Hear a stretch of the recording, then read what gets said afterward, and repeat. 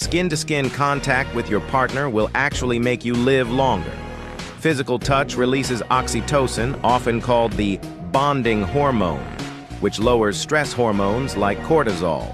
High cortisol over time damages your heart, immune system, and even your brain. So reducing it can literally add years to your life. Cuddling, holding hands, or even lying close together activates your parasympathetic nervous system, slowing your heart rate and lowering blood pressure. Over time, these tiny physiological changes protect your cardiovascular system. Skin-to-skin contact also triggers the release of dopamine and endorphins, boosting mood, reducing anxiety, and making your brain healthier overall. Your immune system even gets a subtle boost through microbial exchange and stress reduction.